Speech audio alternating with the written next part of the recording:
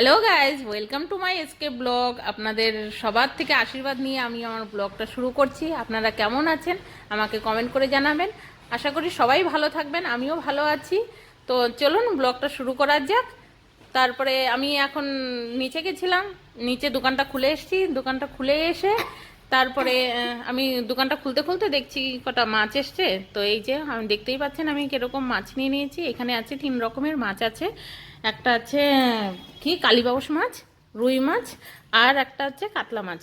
তো মাছটা নিয়ে চলে আসলাম ওপরে। ওপরে আসার পরে নেশা লাগছে যে চা খাবো চা খাবো। তো সকালে কিছুই খাইনি, না খেয়েই আমি চলে গেছিলাম নিচে।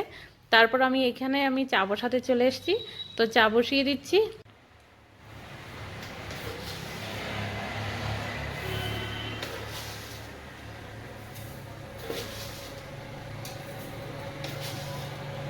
তিন কাপ 4 চামচ চিনি দিলাম, কারণ আমার ছেলেটা একটু মিষ্টি খেতে ভালোবাসে। তো আবার আলাদা আলাদা করে চা করবো, সেই জন্য একসাথেই চাটা করে নিলাম। চলো, এখানে তো আর বকার কেউ নেই, আমি বানাবো, আমি খাবো। মিষ্টি হোক খারাপ, খারাপ হোক ভালো হোক, আমরাই খাবো। এখানে বেটা ছেলে থাকলে আমার বর একটু মিষ্টি কম খায়, তখন আবার আলাদা করে চা করতে হয়। তো এখন চলো সব চলে যায়। নিজে বানিয়ে নিজে খারাপ হলেও চলো ভালো।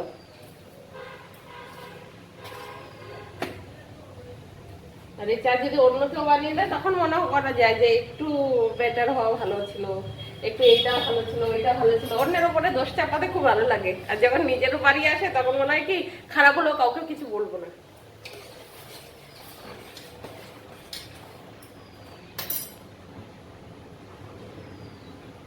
এদিকে চা ফুটে গেছে, ওইদিকে চলুন আমাদের ছোট্ট মেয়েটাকে তুলি। চাটা ফুটুক, তবে দেখি মেয়েটাকে তুলি।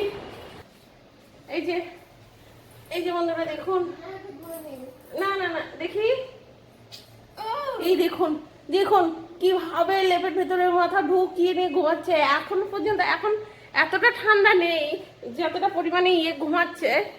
তো একে তো তুলতে হবে, তুলতে খুব ভীষণ কষ্ট হয়।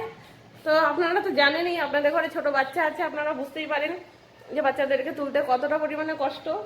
এখন ওটরে ওটরে ওটরে করে 9:30 বাজে বললাম তো, এই 10টা 10:30 বাজিয়ে দেবে।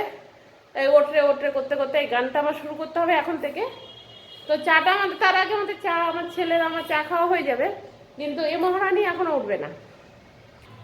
মা ছেলে চা নিয়ে নিয়েছি, এটা আমার ছেলের চা নিয়েছি। ছেলে একটু পরিমাণে, ছেলে ছোট তো তাই একটু পরিমাণে চা কম খাবে, আর মা বড় তাই মা একটু বেশি খাবে।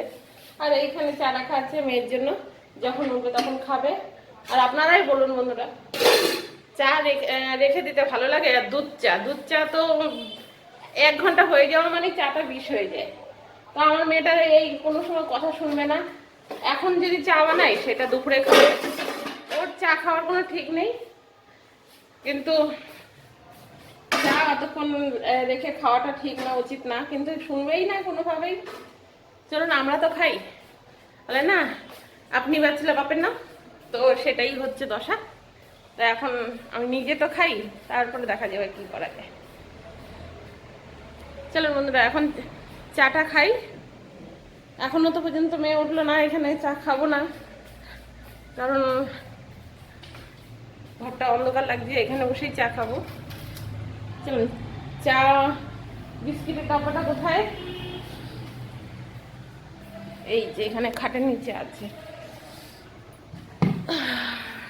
বিস্কুটের ডাব্বা।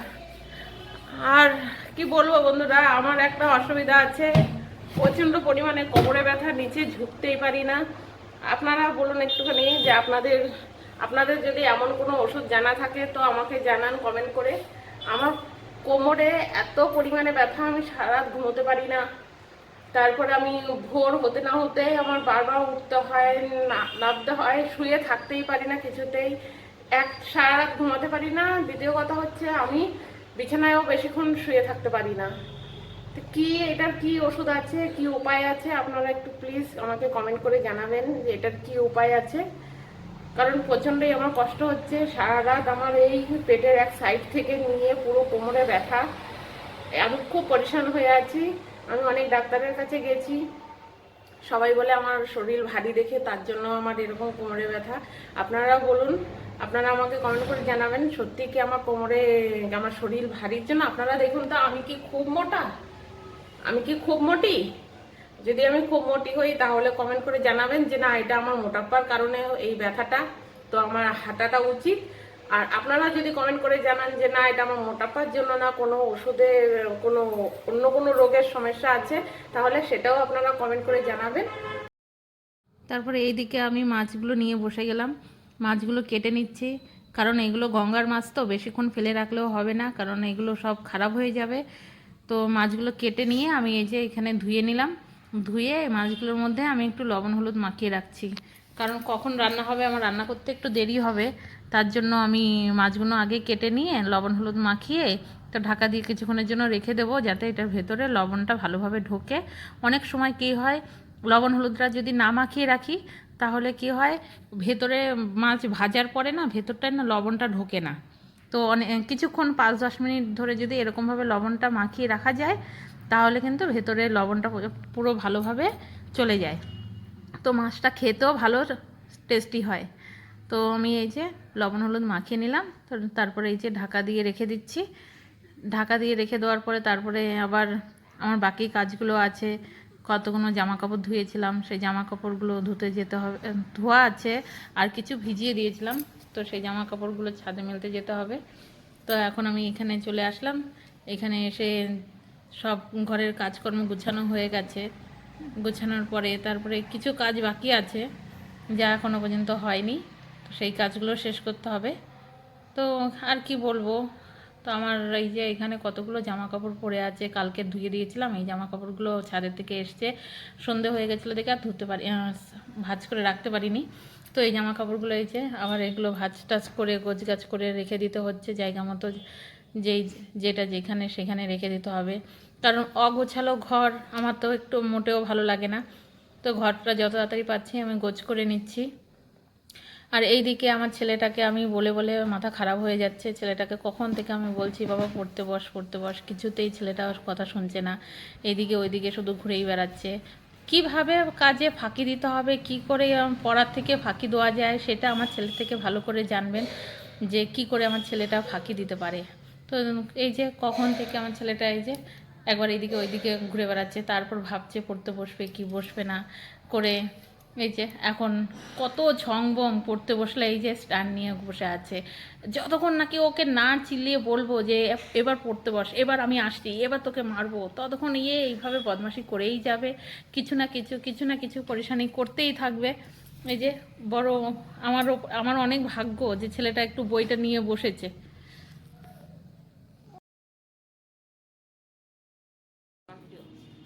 তো বন্ধুরা, মেয়ে চলে এসছে বাথরুম থেকে, তো এখন মেয়ে এসে যে পড়তে বসলো, ছেলে মেয়ে দুজনেই পড়তে বসেছে, আর আমি ফ্রি হয়ে গেছি। এখন আমি যাই, জামা কাপড়গুলো ধুয়ে রেখেছিলাম, তো জামা কাপড়গুলো নিয়ে এখন আমি যাচ্ছি।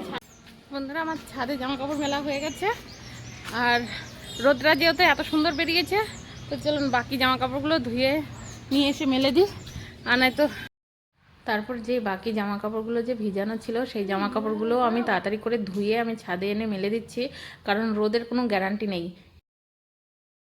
জামা কাপড় মেলতে মেলতে প্রচণ্ড জোরে খিদে লেগে গেছে, এখন যত তাড়াতাড়ি পাচ্ছি জামা কাপড়টা মেলেই আমার নিচে যেতে হবে, নিচে গিয়ে খেতে হবে। সকালের ব্রেকফাস্ট এখনও করা হয়নি। তো বন্ধুরা, আমি আমার খাওয়া দাওয়া সেরে রান্নাতে চলে আসলাম, এখন আমি ঝটপট করে রান্নাটা সেরে নিচ্ছি। আর এই যে এদিকে আমার বোন এসছে, আমার বোন এসে বলছে দিদি প্রচণ্ড খিদে লেগেছে, তো এখন আমি ভেবেছিলাম যে আপনাদের সাথে রান্নাটা শেয়ার করবো, তো রান্নাটা আমি আর আজকে শেয়ার করতে পারছি না, আমি যত তাড়াতাড়ি পারছি আমি রান্নাটা কমপ্লিট করছি, কারণ ওর প্রচণ্ড পরিমাণে খিদে লেগেছে। তো যত তাড়াতাড়ি পারছি এখন রান্নাটার দিকেই চলে এসেছি। চলো রান্নাটা সেরে নিই, তারপর আবার ফিরে আসছি। এদিকে আমার বোন যে যাতে আমার হাতের কাজটা একটু তাড়াতাড়ি হয় সেই জন্য এদিকে আলু কেটে দিচ্ছে, যা কিছু কাটাকাটি লাগছে সেগুলো ফটাফট করে ও কেটে দিচ্ছে, আর আমি রান্নাটা খুব তাড়াতাড়ি আমি রান্না করে নিই। চলো রান্না বান্না সেরে দিয়ে তারপর আবার আসছি ফিরে। বন্ধুরা, খাওয়া দাওয়া সেরে একটু শুয়েছিলাম, তো এখন 4:30 বাজে, আমি একটু যাচ্ছি রেশনে। রেশন থেকে এসে আবার দোকানে যেতে হবে। দোকান তো খোলাই আছে সকাল থেকেই, তো দোকানে বসতে হবে। তার জন্য এখন আমি রেশনের দিকে যাই। জানিও না রেশন দিচ্ছে কি না, তা রেশন তো যেতেই হবে। আজকে মাসের 5 তারিখ হয়ে গেছে, রেশন দিচ্ছে কিনা তাও আমি শিওর জানি না। তো যাই দেখি, রেশন থেকে ফিরে আসি। চলো, বললাম না বন্ধুরা যে আমি জানি না রেশন দিচ্ছে কি না। তো দেখুন আমি এসছি রেশনে, এখন এসে দেখি এখানে রেশন দিচ্ছে না, শাটার বন্ধ।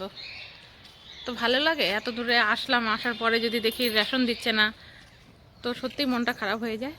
তো এখন কি করার, রেশন তো দিচ্ছে না, আবার মঙ্গলবারে বলছে দেবে, তো আবার মঙ্গলবারে আসতে হবে। তো ঠিক আছে, কি করার, এখন আবার বাড়ির দিকে যেতে হবে। ঘরের দিকে যাচ্ছে, যে সাইকেল নিয়ে এসেছিলাম, সাইকেলে করে আবার বাড়ির দিকে রওনা দিই। চলুন তাহলে আবার বাড়ি গিয়ে আবার দেখা হচ্ছে। তো এখানে দেখলাম এসে রেশন দিচ্ছে না, তারপরে এসে আমি সোজা চলে গেছিলাম পার্লারে কাস্টমার এসে দেখি দাঁড়িয়ে আছে। তারপর কাস্টমার থেকে হ্যান্ডেল করে আমি, আর তখন পরপর কাস্টমার ঢুকতেই থাকলো, তো আমি আপনাদের সাথে আর সেটা শেয়ার করতে পারিনি। তারপর অনেকটাই লেট হয়ে গেছে, তো আমি ওপরে আসলাম 9টা 9:30 করিব। তো এখন এসে সোজা আমি ডিনারে চলে এসেছি। তো এখানে এসে ভাত গরম করা হয়েছে, আর মাছের ঝোলটা গরম করা হয়নি, যেহেতু ভাতটা গরম আছে সেই জন্য আর মাছের ঝোলটা গরম করিনি। তো আমরা ডিনার করতে বসে গেছি, রাতে ডিনারে ফিরে আসলাম। এই যে রাতে ডিনারে বসে গেছি। তো এখন রাতে ডিনারে কি হচ্ছে, এই যে একটা ভাজা, এটাতে আছে উচ্ছে, আলু, তারপরে গাজর, শিম, সব কিছু দিয়ে একটা ভাজা করেছি। আর এই যে এখানে পাতলা পাতলা মাছের ঝোল, এই যে দেখতে পাচ্ছেন কি পরিমাণে পাতলা করেছি। এটা গঙ্গার মাছ তো সেই জন্য পাতলা পাতলা ঝোল করেছি। আর ওই যে ভাত, এখন ভাতটা গরম করা হয়েছে, তো গরম গরম ভাত দিয়ে এখন এই ভাজা আর মাছের ঝোল দিয়ে ভাত খাওয়া হচ্ছে। তো ভিডিওটা আর বড় করলাম না, এখানে শেষ করছি। প্লিজ আপনাদের যদি আমার ভিডিওটা ভালো লেগে থাকে প্লিজ একটা লাইক করবেন, শেয়ার করবেন আর সাবস্ক্রাইবটা করে দেবেন। টাটা, গুড নাইট, ভালো থাকবেন। কালকে আবার দেখা হচ্ছে নতুন একটা ভিডিওর সাথে।